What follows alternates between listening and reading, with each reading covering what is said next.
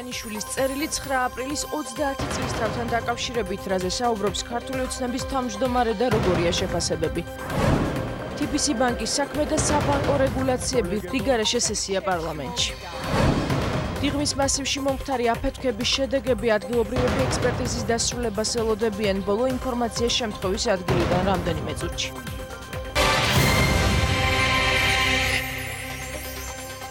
კიდევ ერთხელ მოგესალმებით, მოამბეს 15 საათზე მარიამ ვაშაძე წარმოგიდგენთ. ქართული ოცნება დემოკრატიული საქართველოს თავმჯდომარე ბიძინა ივანიშვილი 9 აპრილის 30 წლისთავთან დაკავშირებით წერილს ავრცელებს.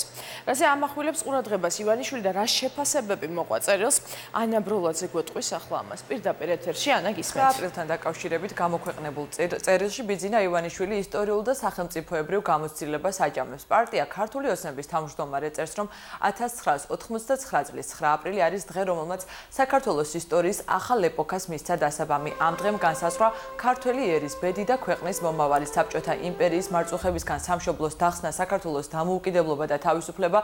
ეს იყო ის დიდი ეროვნული იდეა, რომლის გარშემოც გაერთიანდა და ერთ მუშტად შეიკრა მთელი ერი. ქვეყნის უმძიმესი, ერთ-ერთი ყველაზე ტრაგიკული დღე კი ჩვენთვის თავისუფლების და დამოუკიდებლობისთვის ბრძოლის სიმბოლოდ იქცა, წერს ბიძინა ივანიშვილი. ქართული ოცნების თავმჯდომარე მიიჩნევს, რომ ერთადერთი ძალა, რომელმაც ხალხს შეაძლებინა შიშველი ხელები დაპირისპირებოდა საბჭოთა რეჟიმის ტანკებს და რეჟიმის ისასტიკეს, ეს სამშობლოს სიყვარული და შიშველი ემოცია იყო. ეს მუხტი კი 2 წლის თავზე საქართველოს სახელმწიფოებრივი დამოუკიდებლობის გამოცხადებით დასრულდა.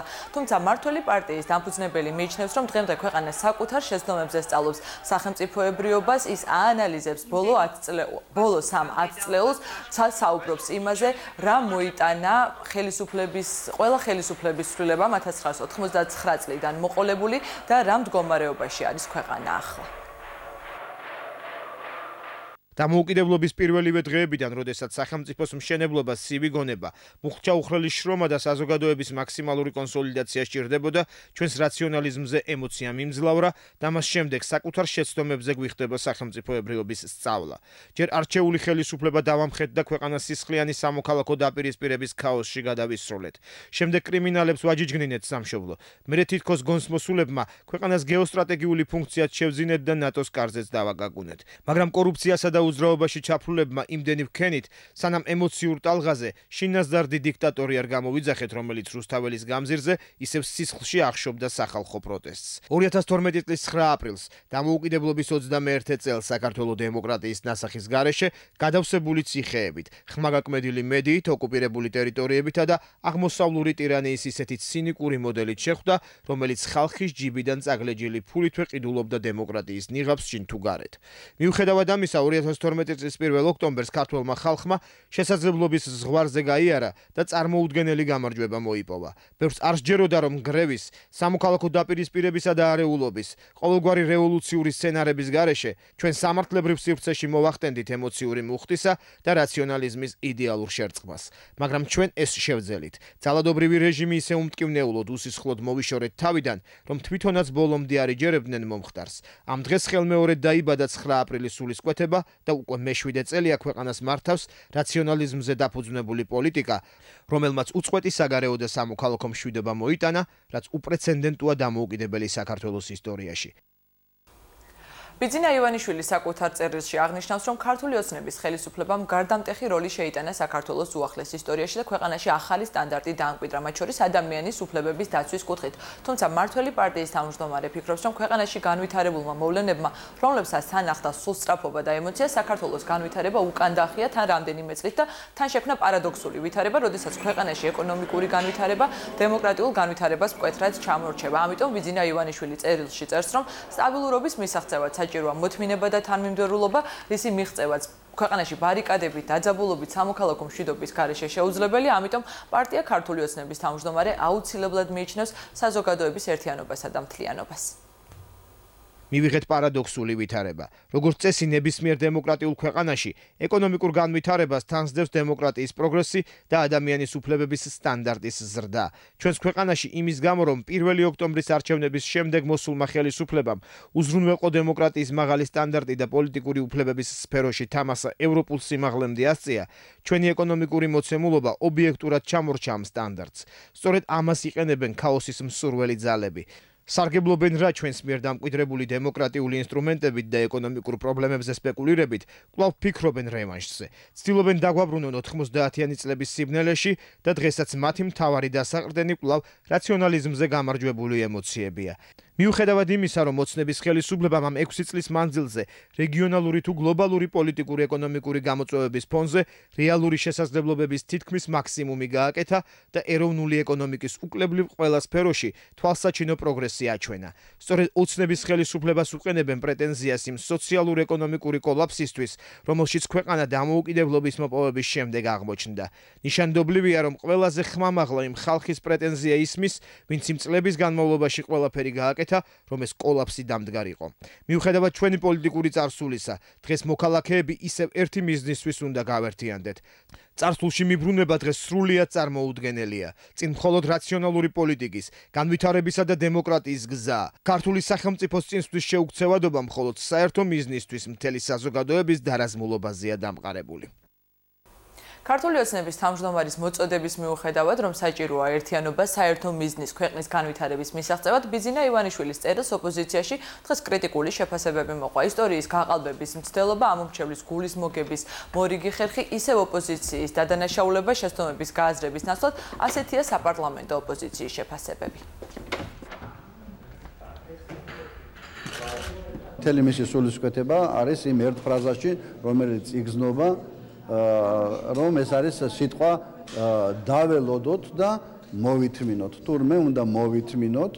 7 წელი ხო ითმენდა ხალხი სიღატაკეს და უსამართლობას და კიდევ 2030 წლამდე და სანამ ივანიშვილის ცოცხალი იქნება, მანამდე უნდა მოვითმინოთ თურმე ეს დამყარებული ვითარება. ეს არის მისი ამ წელის მთავარი შინაარსი, თორემ წინააღმდეგ შემთხვევაში თურმე და მე ახსენებს იმ 9 წლიან რეჟიმს, რომელიც მას რა თქმა უნდა არ მოსწონს. მთელი ამ 7 წლის განმავლობაში ხელისუფლების მხრიდან ნებისმიერ არგუმენტზე პასუხად გვესმოდა მხოლოდ 9 წელი. ანუ ის კი არა თუ როგორ მოაგვარებენ პრობლემას, ან ის კი არა რომ არის თუ არა ვთქვათ აღიარებული პრობლემა და ხედავენ თუ არა პრობლემას. არამედ მუდმივად 9 წელი, 9 წელი. ასე რომ ვინ არის განხეთქილების მომხრე და ვინ ყოფს ერად და ვინ აერთიანებს, ამას იმედი მაქვს, რომ ჯანსაღი აზროვნების მქონე ნებისმიერი საქართველოს მოქალაქე მიხვდება. ყველა მისი სენტიმენტი გამოწვეული არის ძალიან კაცრი საარჩევნო კალკულაციით, რომ ეხლა ჭირდება ვიღაცის გულის მოგება. ამიტომ ეს ფარისეულობა, რასაც ბიძინა ივანიშვილი აკეთებს მუდმივად და ამ შემთხვევაში 9 აპრილთან დაკავშირებით, უკვე ნათელი არის ჩვენი საზოგადოებისათვის. მართალ გონჩი ამბობენ, რომ მათი ოპონენტები ცდილობენ ხშირად სასურველ პარტიულ მიზნებს პოლიტიკურ ცხოვრებაში დაძაბულობისა და არეულობის შემოტანით მიაღწიონ, თუმცა ქართული ოცნების ლიდერები აღნიშნავენ, რომ დაპირისპირება მხოლოდ ხელს უშლის ქვეყნის განვითარებას და საჭიროა სახელმწიფოებრივი აზროვნება, ერთსულოვნება. 9 აპრილი იყო სახელმწიფოში მოქალაქეთა ერთიანობის შესაშური მაგალითი. ეს ერთიანობა საჭიროა 30 წლის თავზეც და სწორედ ამ სულისკვეთებით არის დაწერილი პარტია ქართული ოცნების დამფუძნებლისა და თავმჯდომარის მიმართვაც. ასეთია მმართველი ლიდერების შეფასებები. თავარი, რამაც განაპირობა პრობლემები ჩვენს ქვეყანაში იყო სწორედ ერთიანობის არარსებობა და განხეთქილება საზოგადოებაში. აქედან გამომდინარე, ჩვენ უნდა ვისწავლოთ, რა თქმა უნდა, ამ ისტორიულ გამოცდილებასა და ყველაფერი უნდა გავაკეთოთ იმისათვის, რომ საზოგადოებაში იყოს უზრუნველყოფილი ერთიანობა და ერთსულოვნება და სწორედ ამ სულისკვეთებით არის დაწერილი ის წერილი, რომელიც დღეს საზოგადოებას ardgena ბატონმა ბიძინა ივანიშვილმა. არის რადიკალიზაციის მცდელობა, განხეთქილების, აღრმავების მცდელობა და ეს აწყობთ, რა თქმა უნდა, იმ პოლიტიკურ ძალებს, რომლებსაც სურთ რევანში და არა საზოგადოების და სახელმწიფოს ჩვენ ვართ მოწოდებული იქითკენ, რომ პირიქით ხელი შეუწყოთ საზოგადოების ერთიანობას და საზოგადოების დარაზმას საერთო მიზნის გარშემო და ეს საერთო მიზანი არის სახელმწიფოს განვითარება. 9 აპრილის სულისკვეთებას, განვითარებას, ხვალინდელ დღეზე ფიქრს უნდა დავაფუძნოთ ჩვენი მომავალი და ამაშია სწორედ საჭირო ერთიანობა. რაც არ უნდა პოპულისტური გამონათქვამებით და პიარ სტრატეგიებით, რომელიც არის მხოლოდ იმისაკენ მიმართული, რომ ქვეყანაში არის დიდი არეულობა, ამით ცდილობდნენ საზოგადოების შეცდომაში შეყვანას, ქართულმა ოცნებამ ამას უნდა დაუპირისპიროს მხოლოდ სიმართლე, ისევ და ისევ მეტი განვითარება დემოკრატიის ხარისხი, რასაც უნდა მიყვეს ეკონომიკური მდგომარეობის გაუმჯობესება, რასაც უნდა მიყვეს სოციალური მდგომარეობის გაუმჯობესება და ჩვენ უნდა ვიფიქროთ ერთიანი ძალებით ხვალინდელ დღეზე. რასაკვირველია, ქვეყანამ მნიშვნელოვანი პროგრესი განიცადა, ჩამოყალიბდა იმდენად ძლიერი დემოკრატიული ინსტიტუტები, რომ საერთაშორისო შეფასებებშიც კი დავწინაურდეთ მათ შორის ევროპის ფორმატში. მაგრამ ეს არ არის საკმარისი ეკონომიკა, სოციალური ჩამორჩენა, საკმაოდ მძიმე ტვირთად მოყვება და მემკვიდრეობა სამხრივ საკმაოდ რთულია. აი ამ მდგომარეობიდან გამოსვლას კი გაერთიანება ჭირდება და ხედვა ჭირდება რასაკვირველი არა ემოციური, არამედ პრაგმატული. თუ დააკვირდებით ამ წერილთან დაკავშირებულ რეაქციებს, ეს იქნება ზუსტად ლუსტრაცია, თუ ვისეხება წერილი სამშობლოს სიყვარულის და ერთიანობის ნაწილში და ვისეხება ეს წერილი დაყოფისა და დაპირისპირების ნაწილში. ეს ადამიანები ბოლო არჩევნების დროს ამტკიცებდნენ, რომ ქართული ოცნება ხმებს პოლიტიკური დაპირისპირებით მოიპოვებსო. ახლა როგორც ჩანს, შეიცვალეს აზრი და ამბობენ, რომ ბიძინა ივანიშვილის წერილი, რომელიც საზოგადოების გაერთიანებას და კონსოლიდაციას ეხება, ესეც ხმების მოპოვების ერთ-ერთი შესაძლებლობაა. მე ვთხოვ ჩემს კოლეგებს, რომ ჩამოყალიბდნენ. მართლ გუნდში დღეს აცხადებენ, რომ დღის განმავლობაში გაკეთებული კომენტარები იქნება საუკეთესო დემონსტრირება იმისა, ვის ეხება ბიძინა ივანიშვილის მიმართვა, ვინ იზიარებს მას, ვინ აზროვნებს პარტიულად და ვის აქვს სახელმწიფოებრივი ინტერესი. მადლობთ ანა ბროლაძე საუბრობდა პირდაპირ ეთერში. ბატრი პატარკაციშვილის კვლევის მომზადების საქმეზე სასამართლოს ხდომაზე მხარეები შესავალი სიტყვის წარმოთქმას იწყებენ. მანამდე დაცვის მხარემ შუამდგომლობა დააყენა, რაც სასამართლომ არ დააკმაყოფილა. დაცვის მხარე ითხოვდა პატარკაციშვილთან დაკავშირებული სისხლის სამართლის საქმეების პროკურატურიდან გამოთხოვას. კუდის ყოფილ მაღალჩინოსნებს ლევან ქარდავას, რევენ შიუკაშვილს და გიორგი მერებაშვილს ბრალად ედებათ სამსახურებრივი უფლებამოსილების გადამეტება და დამამძიმებელ გარემოებებში ჩადენილი მკვლელობის მომზადება. გამოძიება ამბობს, რომ კუდის სამი ყოფილი მაღალჩინოსანი პატარკაციშვილის მკვლელობის გეგმას ბიზნესმენის გარდაცვალებამდე 1 წლით ადრე განიხილავდა. ბრალდების ერთ-ერთი მტკიცებულება არის აუდიო ჩანაწერი, რომელიც პროკურატურის ცნობით 2007 წლის თებერვალში მოდულის შენობაში ერთ-ერთ თათბირს ასახავს. გამოძიების ცნობით ამ თათბირზე საუბარია ბიზნესმენის ლიკვიდაციის გეგმის შეთანხმებაზე, რომელსაც ესწრებოდნენ კუდის მაშინდელი მაღალჩინოსნები, გიორგი ბუაძე, იგივე მასტერა, ლევან ქარდავა, გიორგი შეუკაშვილი და გიორგი მერებაშვილი. დაცვის მხარე დარწმუნებული არის, რომ რევაშიუკაშვილის უდანაშაულობას დაადასტურებს. სასამართლოში ბრალდების მხარეს, როგორც ბრალდების წარდგენის დროს, რა თქმა უნდა, ეხლაც არ წარმოუდგენია არანაირი მტკიცებულებები. დამცველი ადვოკატი ეჭქვეშ აყენებს ჩვენს მიერ მოპოვებულ მტკიცებულებას, თუმცა ამ მტკიცებულებებმა და ყველა იმ მოწმეთა ჩვენებებმა გაიარა წინა სასამართლოს თომის ეტაპი, დასაშვებ მტკიცებულებად იქნა ცნობილი, შესაბამისად ჩვენ რა თქმა უნდა არსებით ცნობაზე გამოვიყენებთ ყველა იმ მტკიცებულებას, რითაც დავადგენთ ბრალდებულთან მიერ ჩადენილ დანაშაულებრივ ქმედებას. თიბისი ბანკის საქმე და საბანკო რეგულაციები პარლამენტში პარასკევს აწყებული მოსმენა დღეს რიგგარეშე სესიაზე გაგრძელდა. დეპუტატებმა ეროვნული ბანკის პრეზიდენტს კიდევ ერთხელ მიმართეს. ოპოზიციას კრიტიკული შენიშვნები ჰქონდა. ბოლოს კი ორდღიანი მოსმენა კობა გვენეტაძემ შეაჯამა. სხდომაზე კამათიც იყო პროცედურულ საკითხებთან დაკავშირებით. სანდრო ჯუფალაკიანი ჩაგვართვება დეტალებით ახლა პირდაპირ ეთერში. სანდრო, გისმენთ. ძირითადი აქცენტი ოპოზიციონერმა დეპუტატებმა დღეს გააკეთეს საბანკო რეგულაციებზე, განაცხადეს, რომ ეს ეკონომიკისთვის და მცირე ბიზნესის განვითარებისთვის შემაფერხებელი ფაქტორია, ასევე მათი განცხადებით ეს ფაქტორი ხელს უწყობს მოქალაქეებს, რომ წავიდნენ ქვეყნიდან. საუბარი სხდომაზე შეეხო კობა გვენეტაძის ქონებრივ დეკლარაციასაც ხათუნა გოგორიშვილმა განაცხადა, რომ გვენეტაძის დანაზოგის ძირითადი ნაწილი უცხოურ ვალუტაშია და აქედან გამომდინარე მას არ ესმის, თუ რას ნიშნავს მოქალაქეებისთვის მაგალითად 1000 ან 2000 ლარიან სესხებზე შეზღუდვა. ამის შემდეგ უკვე საპარლამენტო უმრავლესობის ლიდერმა და თავად კობა გვენეტაძემ შეაჯამეს გამოსვლები. გვენეტაძემ აღნიშნა, რომ ამ ორი დღის განმავლობაში ძალიან ბევრი არასამართლიანი კრიტიკა მოისმინა და ბრალდება მოისმინა საკუთარი მისამართით. ამ სიღარიბეში ერთი ახალი ნაყიდი გასქურაც კი ძალიან ბევრი ოჯახისთვის არის განცდა იმისა, რომ ამ ოჯახს პერსპექტივა აქვს.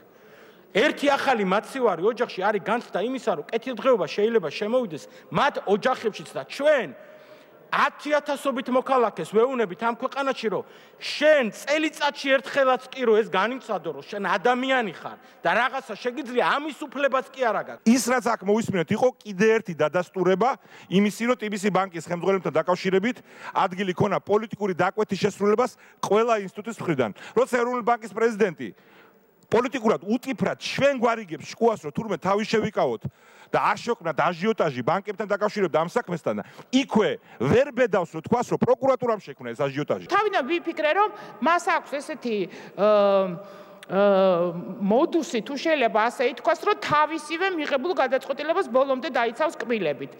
მაგრამ მე ვნახე თქვენი დეკლარაცია ბატონო კობა და მივხვდი, რომ თქვენ უბრალოდ ასე აზროვნებთ. თქვენ სხვა ქვეყანაში ცხოვრობთ, თქვენ არ ცხოვრობთ რეალურ საქართველოში.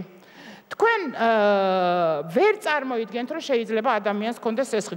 თქვით კიდევაც, რომ ეს სესხი არასოდეს გქონია და მით უმეტეს ვერ წარმოიდგენთ, რომ 2000, 3000 ლარი, 4000 ლარი შეიძლება სესხად დაჭირდეს, იმიტომ რომ ეს თქვენი ერთი დღის ან ორი დღის შემოსავალია. თქვენ ძვირფასო კოლეგებო ძალიან დაბალფასიან ირონიაზე გადასულხართ დღეს მოგისმინეთ და ესეც ეროვნული ბანკის რეგულაციებს ხო არ უკავშირდება შემთხვევით, იქნებ დააზუსტოთ შემდეგ თქვენს გამოსვლებით. ყველა კრიტიკა, ყველა თქვენი კითხვები მოვისმინეთ, არც ერთი კითხვა ოპოზიციას არ დაუსვამს კანონიერებასთან დაკავშირებით. ყველა თქვენი არგუმენტი, ყველა შეფასება, რაც გაჟღერდა, იყო პოლიტიკური მხოლოდ და რა თქმა უნდა, ეს თქვენი დღის წესრიგიდან ამოდიოდა და ეხლა უკვე გასაგებია ყველასათვის, რატომ ინერვიულად პლენარული სხდომის დაწყების წინ და რატომ გინდოდათ, რომ კომიტეტის საკითხით გადაგეფარათ ეს პლენარული სხდომა. ძალიან ბევრ დეტალსა თუ ფაქტზე ვისაუბრე, მათ შორის ისეთ ფაქტებზეც, რომელთა შესახებ როგორც წესი საზედამხედველო ორგანოები საჯაროდ არ საუბრობენ და არც უნდა საუბრობდნენ. დეპუტატების ნაწილის დარწმუნება შევრძელი, ნაწილის ვერა. ზოგიერთი დეპუტატი გავანაწყენე კიდეც. თუმცა რას ვიზავთ? ერთია პოლიტიკოსის ტვირთი და მანდატი, მე კი ჩემი უფლებამოსილება და მანდატი მაქვს. სხდომაზე ბევრი სხვადასხვა არასამართლიანი ბრალდება მოვისმინე, რომლებსაც მე ეროვნული ბანკის აბსოლუტურად დამოუკიდებელი და აპოლიტიკური მანდატიდან გამომდინარე ვერ გამოვეხმაურები და ვერ შეფასებას გავაკეთებ. დღევანდელი რიგგარეშეს ხდომა დაინიშნა საქართველოს პრეზიდენტის განკარგულებით. დეპუტატთა ნაწილმა კი განაცხადა, რომ მათ არ მიაწოდეს ინფორმაციას ხდომის შესახებ, ამის გამო მათი მტკიცებით ეს ხდომა იყო არალეგიტიმური. ამ ბრალდებას უპასუხა პარლამენტის ვიცე-სპიკერმა გიავოლსკიმ და განაცხადა, რომ ინფორმაციას ხდომის შესახებ გამოქვეყნდა პარლამენტის ოფიციალურ ვებგვერდზე, თუმცა შესაძლოა ეს საკითხი მსჯელობის საგანი გახდეს საპროცედურო საკითხთა კომიტეტის ხდომაზეც. ჩვენს უყველა ვართ გაურკვეველ მდგომარეობაში. დღეს მე მოვედი კომიტეტის ხდომაზე და გაირკვა, რომ შემთხვევით არის პარლამენტის პლენარული ხდომა. პარლამენტის თავმჯდომარე მივლინებაშია, ჩვენ დამოუკიდებლებს არც მივლინებაში გვიშვებთ. ინფორმაცია გვაქვს, რომ ეს ყველაფერი ხდება არა იმიტომ, რომ განათლების კანონია კენჩაყრელი, რაც გონია ძირითადად ჩემ კოლეგებს, არამედ იმიტომ, რომ ბატონი პრეზიდენტი ეროვნული ბანკისა არ იქნება საქართველოში და თუ პარლამენტი მის მივლინებების გრაფიკს უნდა აეწყოს, ხო უნდა ვიცოდეთ. მეც არ მიმაჩნია დღეს, რომ ეს ხდომა არის უფლებამოსილი, რომ ჩატარდეს. გამომდინარე იქიდან, რომ ორშაბათი არ არის ერთი ხდომის დღე ზოგადად განსაზღვრული, იმიტომ რომ სამშაბათი, ხუთშაბათი პარასკევია და ოთხშაბათი. თავისთავად ის, რომ რიგგარეშეს ხდომა ინიშნება იმის გამო, რომ დეპუტატები პულტის ღილაკებს ვერ არჩევენ, ჩემი აზრით არის სირცხვილი. შეიკრიბოს საპროცედურო კომიტეტი და იმსჯელოს არის თუ არა დღევანდელი სესია უფლებამოსილი, უпростоრად ხდომა. დაირღვა თუ არა საქართველოს პარლამენტის რეგლამენტი. რეგლამენტში მოვხაზოთ ნორმები, რომლის დარღვევა შეიძლება და რომლის დარღვევა არ შეიძლება. მარტო გედი ფოფხაძის დროს გაგვახსენდა რეგლამენტის მუხლი და სხვა შემთხვევაში რეგლამენტის დაცვა ამ პარლამენტში არ მიგვაჩნია, რომ ეს არის ყველაზე მნიშვნელოვანი. რა ამ ტურისთვის მივიღეთ ეს რეგლამენტი, რომ ყველა ხდომაზე უნდა დავარღვიოთ? პარლამენტის ხდომა არის ლეგიტიმური. მეორე საკითხი, რაც შეეხება დარღვევას, მე ვფიქრობ, რომ დარღვეულია. მესამე საკითხი, რაც შეიძლება საპროცედურო კომიტეტის შეხვედრას, მე ვფიქრობ, რომ საპროცედურო კომიტეტი უნდა შეიკრიბოს და ამ თემაზე განსაკუთრებით, აი ამ საკითხთან დაკავშირებით, რაც შეეხება პირად გაფრთხილებას, ერთხელ აუცილებლად უნდა იმსჯელოს. მაგრამ ეს ჩვენი დღევანდელი შეხვედრის ლეგიტიმურობასთან პირდაპირ კავშირში არ არის. ამ დროისთვის პარლამენტის ხდომა უკვე დასრულებულია. მადლობთ სანდრო ჯუფოლაკიანი საუბრობდა პარლამენტიდან. სკოლებში გამოსაშვები გამოცდების გაუქმების შესახებ მთავრობის საკანონმდებლო ინიციატივა დამტკიცდა. კანონპროექტს 80 დეპუტატმა დაუჭირა მხარი, 8 კი წინააღმდეგ წავიდა. კანონპროექტი პარლამენტის რიგგარეშე სხდომაზე ხელმეორე კენჭისყრაზე დადგა, რადგან 5 აპრილის სხდომაზე დამტკიცებისთვის ხმები არ იყო და კენჭისყრის შედეგად ჩავარდა. მმართველი გუნდი აღნიშნულის მიზეზად ტექნიკურ პრობლემას ასახელებს. კანონის მიხედვით უქმდება სკოლის გამოსაშვები გამოცდები, გარდა ამისა სკოლის გამოცდების ჩაბარების ვალდებულებისგან თავისუფლებიან პირები, რომლებმაც სრული ზოგადი განათლების დამადასტურებელი დოკუმენტი ვერ მოიპოვეს. საუბარია იმ პირებზე, რომლებმაც 2018-19 სასწავლო წლის დაწყებამდე ზოგადი განათლების საშუალო საფეხური დაძლიერეს და მონაწილეობა არ მიუღიათ სკოლის გამოსაშვებ გამოცდებში. ასევე პირებზე, რომლებმაც 18-19 სასწავლო წლის დაწყებამდე ზოგადი განათლების საშუალო საფეხური დაძლიერეს და მონაწილეობა მიიღეს სკოლის გამოსაშვებ გამოცდებში, მაგრამ სრული ზოგადი განათლების დამადასტურებელი დოკუმენტის ატესტატის მოპოვებისთვის საჭირო საგნებში დადებითი შეფასება ვერ დააგროვეს. მეორე დღეა საქართველოს პარლამენტის თავმჯდომარე და საქართველოს საპარლამენტო დელეგაცია გადარში საერთაშორისო საპარლამენტო ასამბლეაზე. მსოფლიოს სხვადასხვა ქვეყნის დელეგაციებთან შეხვედრას მართავს. ირაკლი კობახიძე უკვე შეხვდა საერთაშორისო საპარლამენტო კავშირის პრეზიდენტს. ასამბლეაში მსოფლიოს დაახლოებით 170 ქვეყნის დელეგაცია, მათ შორის 80 ქვეყნის პარლამენტის თავმჯდომარე მონაწილეობს. ქეთი ქაშაკაშვილი დეტალებით. საერთაშორისო საპარლამენტო ასამბლეის ფარგლებში საქართველოს პარლამენტის თავმჯდომარე და საქართველოს საპარლამენტო დელეგაცია აგრძელებს ორმხრივ შეხვედრებს სხვადასხვა ქვეყნის წარმომადგენლებთან. ყოველდღიურად ირაკლი კობახიძე და ქართული დელეგაცია ხვდება მსოფლიოს სხვადასხვა ქვეყნის რამდენიმე დელეგაციას, სხვადასხვა ქვეყნის პარლამენტის თავმჯდომარეებს. დღეს ირაკლი კობახიძე შეხვდა საერთაშორისო საპარლამენტო კავშირის თავმჯდომარეს და როგორც შეხვედრის დასრულების შემდეგ პარლამენტის თავმჯდომარემ განაცხადა, ეს იყო ძალიან მნიშვნელოვანი შეხვედრა, რადგან ამ შეხვედრაზე განიხილეს საქართველოს საკმაოდ სერიოზული განაცხადი. საუბარია იმაზე, რომ 2020 წელს ახალგაზრდა პარლამენტართა სამიტი ჩატარდეს საქართველოში. საერთაშორისო საპარლამენტო კავშირის პრეზიდენტმა გამოხატა ღია და პირადი მხარდაჭერა ამ საკითხთან დაკავშირებით და სწორედ ამ ასამბლეის ფარგლებში გაირკვევა საბოლოოდ ჩატარდება თუ არა ეს სამიტი საქართველოში 2020 წლის გაზაფხულზე. ასამბლეა იძლევა ძალიან კარგ შესაძლებლობას იმისათვის, რომ ჩვენ ვესაუბროთ ჩვენს მეგობრებს სხვადასხვა ქვეყნიდან, ჩვენი ქვეყნის განვითარებასთან დაკავშირებით. ამოიხატა მხარდაჭერა იბოს პრეზიდენტის მხრიდან ამ თანამშრომლობის გაღრმავების კუთხით.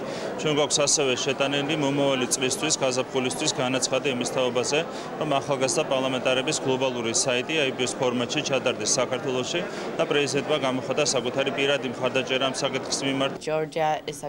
საქართველო არის ქვეყანა, რომელიც სულ უფრო და უფრო ერთვება მსოფლიო დონეზე პარლამენტთა შორის კავშირში, საერთაშორისო პლატფორმაზე გლობალურ დიალოგში. ჩვენ გაუწევთ ორგანიზებას ახალგაზრდა პარლამენტართა კონფერენციას, რომელიც საქართველოში 2020 წელს გაიმართება. ეს იყო საუბრის ერთ-ერთი მთავარი თემა. ჩვენი გზავნილი საქართველოსთვის არის ის, რომ მოხდეს საჯარო ადმინისტრაციის მეტი გამჭვირვალობა. დღეს მთელი დღის განმავლობაში დაგეგმილია ირაკლი კობახიძის ორმხრივი შეხვედრები სხვადასხვა ქვეყნის დელეგაციებთან. სულ ჯამში ასამბლეაში მონაწილეობას მსოფლიოს 170 ქვეყნის დელეგაცია იღებს. დოჰადან ქეთი ქაშაკაშვილი გვერდთვებოდა. რამდენად მდგრადია დიღმის მასივში მდებარე საცხოვრებელი კორპუსი, სადაც გუშინ აფეთქება მოხდა. ეს ექსპერტ კრიმინალისტებმა უნდა დაადგინონ. სპეციალისტების შემთხვევის ადგილზე ამ დრომდე მუშაობენ. იქ დღეს კორპუსის მცხოვრებლებიც მივიდნენ, ისინი ექსპერტიზის დასრულებას ელოდებიან. გვანცა გავაშელი მოგვაწვის ბოლო ინფორმაციას აფეთქების ადგილიდან გვანცა გისმენთ. კორპუსი, რომელშიც გუშინ აფეთქება მოხდა, ამ დრომდე შემოსაზღვრულია ყვითელი ლენტებით, ადგილზე შესვლის შესაძლებლობა მოქალაქეებს არ ეძლევათ. ტერიტორიაზე მუშაობენ ექსპერტ კრიმინალისტები და ასევე გამომძიებლები. მოსახლეობა ეტაპობრივად მოდის, რათა გამოიტანონ საკუთარი პირადი მოხმარების ნივთები. ისინი ამ ყველაფერს მას შემდეგ შეძლებენ, რაც დასრულდება ექსპერტიზის სამუშაოები და მოქალაქეები შევლენ ადგილზე უკვე სამართალდამცველებთან ერთად. უსაფრთხოების ზომები იქნა დაცული, თავზე კასკები დაგვახურეს, წამოყვნენ პოლიციელები, ამოყვნენ სახლებში და მოგწეს იმის საშუალება, რომ პირადი მოხმარების საგნები აგვეღოთ. ამბობენ, რომ ამას ორგანიზებას უკეთებენ უკვე და შეგვიშვებენ კიდე. სამართალდამცველთან ერთად უნდა ავიდე, გამომყვება, რამე ის რო არ იყოს, ინციდენტი რო არ მოხდეს რამე და გამოყვება მაშველიც. საგამოძიებო მოქმედებების პარალელურად ასევე გრძელდება მოსახლეობის გამოკითხვა, ისინი იმყოფებოდნენ დიდუეთ-ჩუღურეთის სამმართველოში და უპასუხეს გამოძიების შეკითხვებს, ამის შემდეგ კი გააკეთეს განმარტებები მედიასთან, როგორც გამოკითხული მოსახლეობა აცხადებს, კორპუსში შემოწმდა გაზის უსაფრთხოება დაახლოებით 2 თვის წინ ყაზტრანსგაზის მიერ, თუმცა რაიმე დარღვევას ადგილი არ ჰქონია, ასევე ამბობენ იმასაც, რომ ბინა, რომელშიც აფეთქება მოხდა, იყო გაქირავებული და მამაკაცი რამდენიმე დღის გადასული იყო საცხოვრებლად და მას აფეთქებამდე ერთი დღით ადრე ყავდა ხელოსანი, რათა შეემოწმებინა გაზის უსაფრთხოება. ასტრას გაზი იყო გზაში. რამდენ შემოვიდა ადგილზე? 12 საათი და 10 წუთი რომ დარეკეს და პირველი 7 წუთზე მოხდა ეს ამბავი და გზაში იყვნენ. ვერ მოასწრეს მოსვლა. მანამდე თუ იგრძნობოდა გაზის? მე არ მიგრძნია არაფერი. ხო სხვა მაცხოვრებლებმა თქვეს რომ იგრძნობოდაო. ვინც იგრძნო, იმან დარეკა. დაახლოებით 1-2 თვის წინ პირადად ჩემ ოჯახში იყვნენ მოსულები და შეამოწმეს. და რაიმე დარღვევა ვერ აღმოაჩინეს? ჩემთან არაფერი დარღვევა არ იყო და სადაც აფეთქებ. არა, ნუ კორპუსში დადიოდნენ ახლა ვის არა აღმოაჩინეს არ ვიცი. ნაქირავში ცხოვრობდა ბიჭი, რომელიც 2-3 დღის გამოსული იყო და სამუშაოებს ატარებდა, სანამ დაიწყებდა ცხოვრება. შეამოწმა წყალგაყვანილობა და გაზის ხელოსანი მოუყვანია. ალბათ არა პერსპექტიური იყო ეს ხელოსანი, შემდეგ ამის მერე საღამოდან დაგროვება მოხდა და დილას აფეთქდა ეს გაზი. დიღმის მასივში აფეთქების შედეგად სულ 8 ადამიანი დაშავდა. საქმეზე გამოძიება შინაგან საქმეთა სამინისტრომ დაიწყო სისხლის სამართლის კოდექსის 240 პრიმა მუხლის მეორე ნაწილით, რაც გაზის ობიექტის უსაფრთხოების წესების დარღვევას გულისხმობს და 4-დან 7 წლამდე თავისუფლების აღკვეთას ითვალისწინებს. მადლობთ გვანცა, ეს გვანცა გავაშელი იყო. რაც შეეხება დაშავებულების მდგომარეობას, 8 მოქალაქიდან 6 მკურნალობას სხვადასხვა სამედიცინო დაწესებულებაში განაგრძობს. 2 პაციენტი კი, რომელთაგან ერთ-ერთი 7 თვის ბავშვია, საავადმყოფოდან გუშინვე გაწერეს. რეანიმაციულ განყოფილებაში რჩება 22 წლის გიორგი ხოშტარია, რომელიც ხეჩინაშვილის კლინიკაში შოკურ მდგომარეობაში სახის გულმკერდისა და კიდურების დამწრობით შეიყვანეს. მკურნალი ექიმის ინფორმაციით, მამაკაცის მდგომარეობა სტაბილურად მძიმეა. გადაწყვეტილებას ქირურგიული ჩარევის შესახებ სპეციალისტები დღეს მიიღებენ.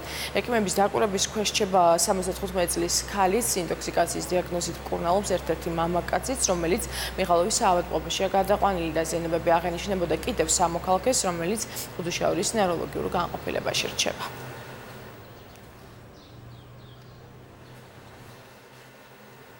საქართველოს საგარეო საქმეთა სამინისტრო არადასტურებს მალტა თუდეის მიერ გავრცელებულ ინფორმაციას, რომ მალტაში ქალაქ ბირზევუჟას გარეუბანში სროლის დროს საქართველოს მოქალაქე დაიჭრა. ასევე მედიის ინფორმაციით ინციდენტის დროს დაიღუპა კოდივარის მოქალაქე, ასევე დაჭრილია განას მოქალაქე. დაჭრილებიდან ერთ-ერთი კრიტიკულ მდგომარეობაშია და მას ოპერაცია ჩაუტარდა. მამაკაცებს ცეცხლსროლი არაღით მიყენებული ჭრილობა აღენიშნებათ. ამ დროისთვის პოლიცია დამნაშავეს ეძებს, რომელიც ტოიოტას მარკის ავტომობილით გადაადგილდებოდა. მედიის ცნობით სავარაუდოდ მან ცეცხლი მოძრავი ავტომობილიდან გახსნა. თვითმხილველების განცხადებით, გზაზე, სადაც ინციდენტი მოხდა, ხშირად გადაადგილდებიან მიგრანტები. პოლიციას მომხდარი შესახებ ერთ-ერთმა დაზრალებულმა აცნობა. გამოძიება გრძელდება. ბათუმში 7 საფლავი გაძარცვეს, წაღებულია ბრინჯაოსა და სპილენძის ბარელიეფები. ფერის სასაფლაოზე შემთხვევები ბოლო 4 დღის განმავლობაში მოხდა, საქმეზე გამოძიებაც დაიწყო, თუმცა ამის მიუხედავად ერთი საფლავი გუშინ გვიაღამით ისევ გაძარცვეს. მოსახლეობა მკაც რეაგირებას და ღამის დარაჯის დანიშვნას ითხოვს. საქმეს ბათუმის პოლიციის მეხუთე განყოფილება სწავლობს. დანაშაული 2 წლამდე თავისუფლების აღკვეთას ითვალისწინებს. 4 წლის მანძილზე ეს პირველი შემთხვევა არის. შემთხვევა ჯერ ასეთი ძარცვის არ ყოფილა. და სხვა გამოსავალი ვერ გეტყვით, ვაპირებთ ვიდეო თვალების დაგმას იმავე ქუჩებზე, რომელიც ესაზღვრება სასაფლაოს. ოზურგეთის მუნიციპალიტეტის სოფელ მელექედურში ადგილობრივებმა სოფლის გაზიფიცირების მოთხოვნით საპროტესტო აქცია გამართეს. გარდა ამისა, მაცხოვრებლები წყლის მიწოდების, მძიმეწონიანი მანქანების გადაადგილების აკრძალვას და პაროსანას პრობლემის მოგვარებას ითხოვდნენ. აქციის მონაწილეებს სახელმწიფო რწმუნებული ზურაბ ნასარია შეხვდა, მოსახლეობის პრობლემები მოისმინა და უახლოეს მომავალში მათ მოგვარებას დაპირდა. აფხაზეთის ავტონომიური რესპუბლიკის უმაღლესმა საბჭომ ახალ თავმჯდომარედ ჯემალ გამახარია ერჩია. თავმჯდომარის პოსტზე კენციყრიდა კიდევ ერთი კანდიდატი დავით გვაძაბია, თუმცა მან საკუთარი კანდიდატურა მოხსნა. ახალ თავმჯდომარეს მხარი დაუჭირა 14 დეპუტატმა, მოწინააღმდეგე კი 4 იყო. თავმჯდომარეს საბჭოს 19 დეპუტატი ირჩევს, თუმცა რაისა ქარაიამ კეჭისყრაში მონაწილეობაზე უარი თქვა. კანდიდატს გასამარჯვებლად მინიმუმ 10 ხმის მიღება სჭირდება. აფხაზეთის უმაღლეს საბჭო არჩევნებს 5 წელიწადში ერთხელ ატარებს. ოკუპირებულ ტერიტორიაზე უპირველეს ყოვლისა ჩვენი ამოცანა იქნება ადამიანის უფლებების დაცვა. ადამიანის უფლებების დაცვა, რომელიც ფეხქვეშ ითელება უკვე წლების განმავლობაში. ჩვენი ერთ-ერთი მთავარი ამოცანა რასაკვირველია იქნება დეოკუპაციისკენ მიმართული ღონისძიებების. ის ვერ შეკრავს კოლექტივს და ზუსტად ამიტომ მე მას მხარს ავუჭერ. წელიწადი და 8 თვე იბრძოდა იმისთვის, რომ თუნდაც ერთი დღით გიას დაეტოვებია თავმჯდომარის პოსტი და მოსულიყო თითოეულ. კაცი, რომელიც ეუბნება შენ წადიმე უნდა მოვიდე, ჩემთვის მიუღებელია. თქვენი ხმები დაუთმეთ ნებაყოფლობით, ესე რომ თქვა სპეციფიკურად ის სასარგებლო. ნუ აბა მეტი ორნი ვიყავით ახლა და ესენი არიან ჩვენი მეგობრები, ჩვენ ერთად ვდივართ 3 ათეული წელია. გავაგრძელოთ უნდა ჩვენ მოღვაწეობა. საგანძურის დაცვის საინიციატივო ჯგუფის წევრებმა მხატვარმა შედა გურჯიძემ და ნინო მიქიაშვილმა პრესკონფერენცია გამართეს. ჯგუფის წევრები 2019 წლის 7 მარტს განათლების და კულტურის სამინისტროს შენობაში საპატრიარქოსა და ეროვნულ მუზეუმს შორის გაფორმებული მემორანდუმის ბათილად ცნობას ითხოვენ. მათი თქმით, ეს მემორანდუმი კანონსაწინააღმდეგოა და საგანძურის დაყოფას გამოიწვევს. საინიციატივო ჯგუფის წევრები დღეს პრემიერსა და პატრიარქს ოფიციალურ წერილით მიმართავენ, მოხდეს აღნიშნული მემორანდუმის ბათილად ცნობა. კულტურის სამინისტროს ამ ეტაპზე საკუთარი პოზიცია არ დაუფიქსირებია. 7 მარტს გაფორმებული ხელშეკრულება საეკლესიო საგანძურზე ერთობლივად ზრუნვას ითვალისწინებს და ქვეყნის გარეთ მისი გატანა ეკლესიასთან შეთანხმების გარეშე არ მოხდება.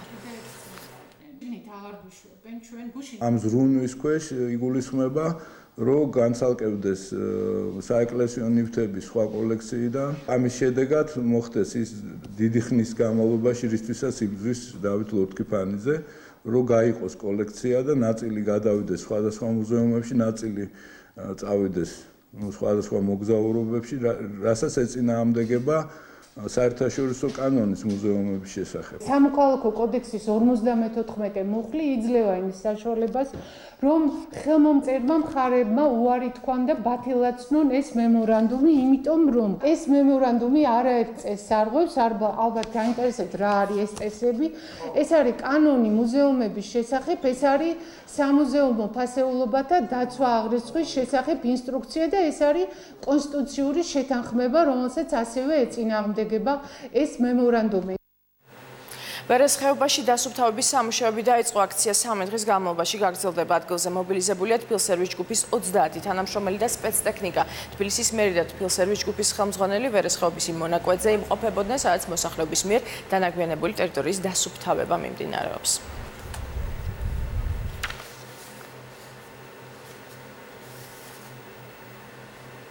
პირველი წარმატება ბათუმში მიმდინარე ძალოსნობის ევროპის ჩემპიონატიდან საქართველოს ნაკრებს ოქროს მედალი შოთა მიშველიძემ მოუტანა. ქართულმა ძალოსანმა პირველობა აკვრაში მოიპოვა. მიშველიძემ 156 კილოგრამი დააფიქსირა, რაც ამ მოძრაობაში საუკეთესო მაჩვენებელი აღმოჩნდა. დღეს საქართველოს ღირსება 77 კილოგრამწვენით კატეგორიაში გოგა ჩხეიძე დაიცავს. ბათუმიდან პირდაპირ ტრანსლაციას 20 საათზე და 30 წუთზე საქართველოს მეორე არხი შემოგთავაზებთ. ოცნებსაძის საკონკურსო ვიდეორგოლის პრეზენტაცია დღეს გაიმართება. პირველი არხის მაყურებელს მისი ნახვის საშუალება მოამბის მთავარი გამოშვების დასრულების შემდეგ ექნება. ასევე ვიდეორგოლი ხელმისაწვდომი იქნება ევროვიზიის კონკურსის YouTube-ის არხზეც. გაზიარების და ნახვების დაგროვება კონკურსანტის შედეგებზე დადებითად აისახება. ვიდეორგოლის გადაღებები რამდენიმე კვირის განმავლობაში სხვადასხვა რეგიონში მიმდინარეობდა. კლიპის რეჟისორი გიორგი ებრალიძეა ოცნებსაძე ევროფესტივალზე 14 მაისს იმღერებს. ვიდეორგოლის გადაღებები საკონკურსო სიმღერაზე სულ წინიარე დასრულებულია. დღეს შედგება ამ არაჩვეულებრივი კლიპის პრეზენტაცია. ჩემი აზრით, ვიდეორგოლის ნახვის შემდეგ, რომლის პრემიერაც პირველი არხის პირდაპირ ეთერში 9 საათიანი მოამბის შემდეგ გაიმართება, გულგრილს არავის დატოვებს და ამიტომ რაც მთავარია, უგულშემატკივროთ ოცნებსაძეს, რომელიც წარდგება ევროვიზიაზე სიმღერით სულ წინიარე.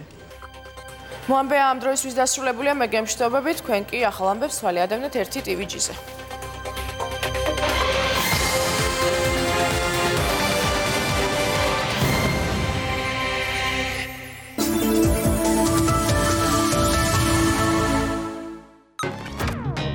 რადიო ენერჯი